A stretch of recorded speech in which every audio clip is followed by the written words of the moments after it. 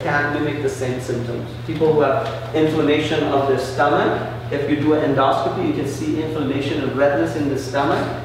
The ulcer, you can see this patch of the ulcer that it's eroded into the normal inner layer of the stomach. That's the ulcer. Or you can have called esophagitis or reflux disease, which is the inflammation of the esophagus.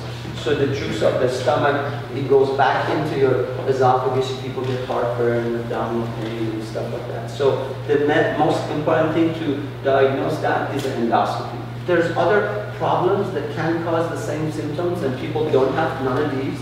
It's called functional dyspepsia. That's very common, for example, in people who have diabetes. The stomach doesn't function very well. It's just a functional abnormality, okay?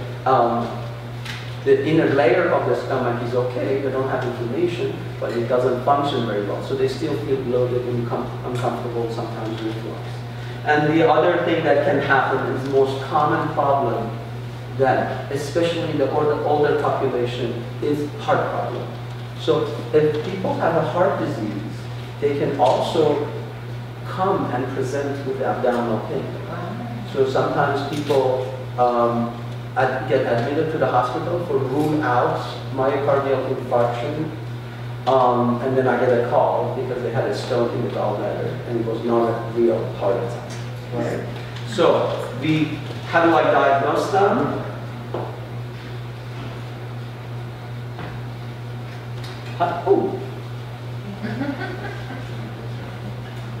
Okay, how do I diagnose them? Every one of these have a little bit different as far as the pain. The pain character is a little bit different. So we usually go over that with the patient, so you always have to make sure you talk to your doctors and exactly tell them exactly your pain, the relationship with their diets and activities. So we have a little bit of differential diagnosis there, and then we do upper endoscopy to rule out these two problems, and then we do an EKG, obviously we check the heart and make sure everything's okay before we make the diagnosis. Now, let's assume that all of those are negative for this patient. So you have a patient with a normal ultrasound, typical pain, and then also rule out other problems. So I did an endoscopy with a gastroenterologist and I did EKG and there's nothing wrong with the heart, and my patient is still symptomatic. I send them to another test. It's called HIDA scan. Okay? What that means is this, there's a little device. We send them to the radiologist, and there's a little injection with a radionuclide medicine. We inject that to the patient, and it goes and shine up into the liver. So the liver cells, they uptake that little medicine. So you see that little dark area, that's your liver. Again, you have to trust me, this is the liver. And then it excrete that material into that bile duct, those ducts that are telling you the common bile duct, and then all of a sudden you can see the gallbladder right here, right? So the computer measures the radioactivity in your liver, okay, and gallbladder. And then after we do that baseline radioactivity, we give the patient a little hormone called CCK hormone. It's the hormone that you and I produce after we eat a fatty food to contract our gallbladder. So then we actually, on purpose, contract the gallbladder, and then again, we measure the baseline radioactivity. Then we put them into the little formula and check the gallbladder ejection fraction. So what that means at the end is that we check and measure your function of the gallbladder, how strong your gallbladder empties itself. So by definition, if they're lazy, if the gallbladder is lazy, inflamed, or it doesn't function very well, it doesn't empty itself. Okay, so there's a number that comes out, and that's a magic number of 35%. So if it's less than 35%, and patient has all of those typical symptoms and pain, then that's the time that I would say you need an operation, because 95% of those people, they respond to removal of the gallbladder and the pain will disappear. Is CCK like fat and sugar? No, CCK is a hormone. It's called cholecystokinin. So it isn't like what really affects your gallbladder? No. So sometimes in the past, when we didn't have the actual CCK available to inject, we would give the patients like milk to drink. So the milk or fatty foods and stuff, they activate your CCK is a hormone that we produce.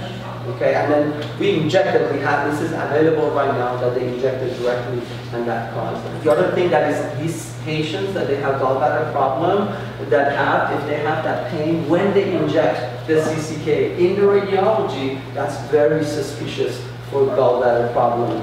We call it a biliary discrimination. Now, what to do with the silent gallstone? So let's say my friend just bought an ultrasound and did a gallbladder ultrasound for me, just say it's free, and now I have an ultrasound stone in my gallbladder. What do I do? Okay, so what do I do? Again, you know, I said 70% of the patients, they don't have pain, right? And a lot of studies done and showed that just 10 to 25% of those people in their lifetime, they can develop problems with the gallbladder. And majority of those people, they first start with some sort of a symptoms. So they get symptomatic eventually before they get complications. So that's why a standard of care right now is not to do surgery for those people, just watch them. But they need to know, they have to talk to the doctor, they need to go in and remember that they might develop these symptoms, and if they develop symptoms, then they have to go to the surgeon and get the surgery done. But, go back, I'm sorry, it's very sensitive. But there are exceptions on those people. So sometimes people coming in with the ultrasound, they have big, huge stones. Those people have higher risk of developing complications and infections right away. Sometimes people have a very tiny little stones, like a sands. Those, they can have a high risk of passage. They can develop pancreatitis. So those people are exceptions. We, as a surgeon, we identify those. Even if they're silent, they don't have symptoms, we operate on them. The other thing is called porcelain gallbladder, is gallbladder that is like a stone. It's like completely calcified. Those have a higher risk of cancer. If you have no symptoms, your ultrasound shows porcelain gallbladder, you still need the surgery. People who have polyps that are large, more than 5 millimeters, the polyps, those are growth inside the gallbladder. They're not a stone, they have no pain at all. They just did the ultrasound, they have mass, we need to do surgery. People who go for bariatric surgery, the ones that they wanted to do bypass operation, if they have a stone in the gallbladder, they need the operation, even if they conduct the music, okay? And very different with the chopsticks, very different with the chopsticks. So you can do very complex tasks, you know, like even hand sewing, suturing, and this goes to prostate operation right now. People do prostate surgery and they do sew the urethra, the one that you pee, when they take the prostate out. It's very, very delicate, it's tiny, and they require a very, very delicate, precise hand suturing. Okay, and we do that I do that for colon surgeries, hand suturing inside the abdomen to remove the colon, reconnect them, and also for other, you know, complex, like a bariatric surgery, they do that with so that's the setup. So it's not like the robot doesn't do anything, I'm doing the surgery, I set up this, all the robot does is connects to those little ports, and the instrument goes in, and then I'm going in and I'm controlling the robot. So the robot doesn't do anything at all. It's all my function, my work. Okay? So how big is the incision with the hands? The incisions are similar with a laparoscope. They're tiny. They're tiny. But the instrumentations are very different because they are at the tip, they wrist it. Means that they move in a different direction. So when you dissect, you can dissect around the tissue. With the chopsticks, it's a little bit different, right? It's a little difficult. So they expand once they're inside. When they're inside, then they can go in. But they go through the same zip. As far as the concept, both of them, laparoscopy and robotic, are called minimally invasive surgery. So when we say minimally invasive surgery, as he mentioned, is basically what we're trying to do is decrease the trauma to the patients, right? Invasion to the patient, that's what they call. But laparoscopy and robot are exactly the same as far as the results for the patients. So that's the setup. So we also have the monitor for other people to see what I'm doing, okay? So usually very close to the patient. And it's so amazing with the robot because it has almost 1 million safety features. It's so safe as far as how things work. If something bad happens or clash, it just stops. It doesn't do anything. But obviously, it requires a training. You have to have your learning curve and work with the robot in order to be comfortable. And the other beauty of this robot is I'm moving the camera. Now I'm the driver. I'm the captain of the ship. I can do whatever I wanted to do with the telescope. So it's very different. There's no assistant holding the camera anymore. Okay? So that's another advantage. So now, for the gallbladder, just the sake of the gallbladder, we do called multiple ports. We do multiple ports, just like a gallbladder laparoscopy. We put instruments in and do the surgery. I did it a few days ago for a lady that was 340 pounds. So when they're very big, sometimes it's better to use the robot. It's stronger, so it's easier to do the surgery. You call the multiple part.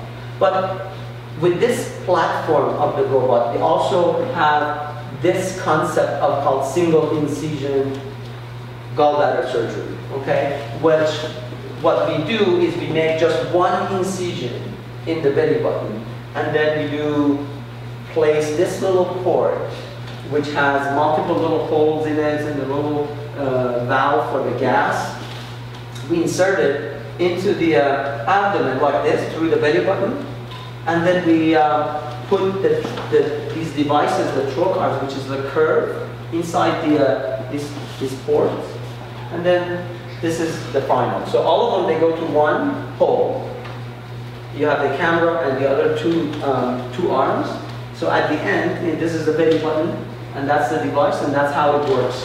Everything goes to one single incision. Can you run this? And this is how we do the surgery with the robot in one single incision. So that's the instrumentation. The difference when we do single incision, these instruments, they don't have the wristed. We lost it because they have to be curved and flexible. So here this is the gallbladder, that's the liver, that's the blood vessels that goes to the gallbladder. We'll clip the blood vessels first. So you're taking the gallbladder out? Yeah, this patient needed gallbladder removed. So I took out the vessels, and that's the tube that connects that main tube. That's the common bile duct. The one is right here. That's the stomach. So we clip them, we cut them, and then we just remove the gallbladder. The rest is just attachments of the gallbladder. But actually, this patient was also 275 pounds, and you can see the liver is a little fatty. It's very big. The liver was very big. So in those patients, sometimes using the robot is a little bit easier. But single incision, you can't do it for every patient. When patients get very, very big, you can't put that little device in there. So for those people, I do multiple ports. So every patient is a little bit different. Thinner patient is much easier to do one single incision. So we do remove the gallbladder, but you can see the ease of the operation with the robots, and you remove the gallbladder. Do you also incorporate laser? Okay, so the laser is almost never used in this operation. Okay, when laser started, people brought laser. The idea that people had outside within the patients and population, that was a minimally invasive surgery, laparoscopic surgery. People called it a laser surgery. So I remember when I started my practice, everybody would come in and say, do you do laser gallbladder surgery? I said, no, there's no laser to do. But at some point, when this company with the laser came out, they brought laser to cauterize the gallbladder. We use a cautery. We don't use laser ever in abdominal operation anymore. And that's gone. It was a very short time. It was sort of a one episode, maybe a couple of years, and then we've gone away because there was no advantages. We use cautery, as you can see, cautery. And different devices right now, they came out that make the surgery much easier, different type of energy devices that we use for cauterizing the blood vessels, the gallbladder. But we don't use laser, nobody uses laser. But a lot of people, they say, do you do laser surgery? They meant basically doing laparoscopic surgery with a telescope. Can you go to the next, the last one? So that patient, the advantage of this single incision is that they just have one scar. So it's essentially a scarless operation. They have a little bit less pain, but in my patient, most of the people that they have incisions up here, they have a little bit more pain than one incision. So a little bit less pain. Not that much advantages, mostly cosmetic, and you don't have a scar. Can you go back to the next one? No, not the back. Yes. All right. So as you can see, there's no scar. I mean, after you heal, there's no scar tissue. This patient has no scar. We did the gallbladder after we did it. Okay?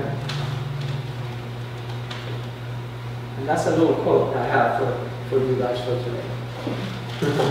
Thank you.